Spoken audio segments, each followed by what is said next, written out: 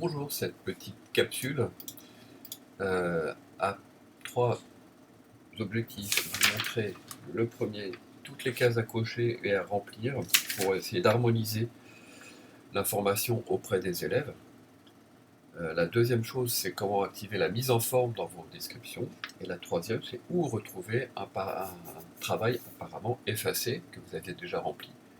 Et suite à une intervention d'Adrien, vous ne retrouvez plus les informations. Donc je vais imaginer, je vais partir d'un exemple, ici même. Donc je suis allé dans mon cahier de texte et je suis allé saisir mon cahier de texte. Je vais cliquer pour la saisie du cahier de texte, ici, et j'arrive ici. Donc ma case pour l'instant est vide. Ce qu'on peut faire,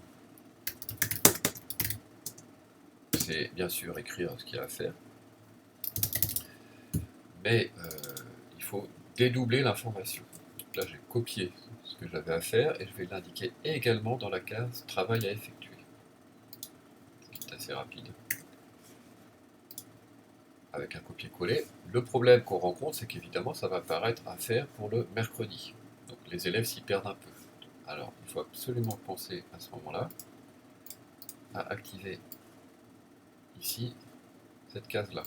On clique dessus, ça nous permet de programmer le travail à faire pour le jour même. Comme moi je voulais le mardi 7 avril, le travail à faire est pour le mardi 7 avril, et à partir de là, normalement, ça devrait être enregistré pour les élèves. Surtout pas oublier la case publier également, pour être certain que ça apparaisse en avance.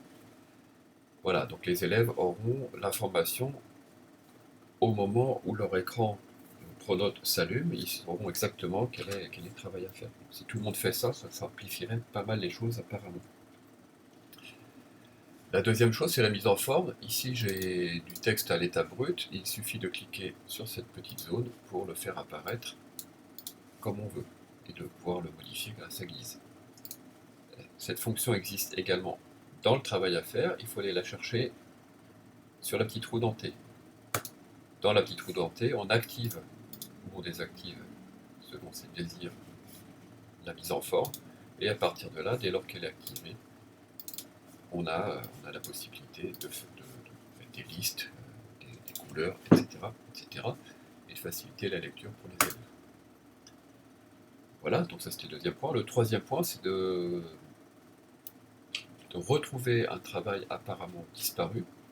Ici, par exemple, je vois que Adrien a transformé la case que j'avais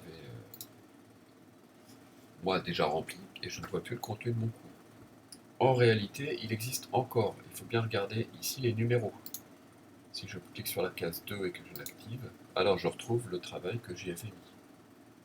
D'où l'intérêt de systématiquement mettre la même information, ou au moins de dédoubler l'information, dans la case travail à faire, là où je l'ai déjà fait aujourd'hui, pour être certain que les élèves le voient quand ils regardent leur case travail à faire. Voilà, donc ça fait trois choses dont on a parlé en réunion là, et qui ont l'air de faciliter la vie aux gens. Voilà, ben bon, portez-vous bien. À bientôt.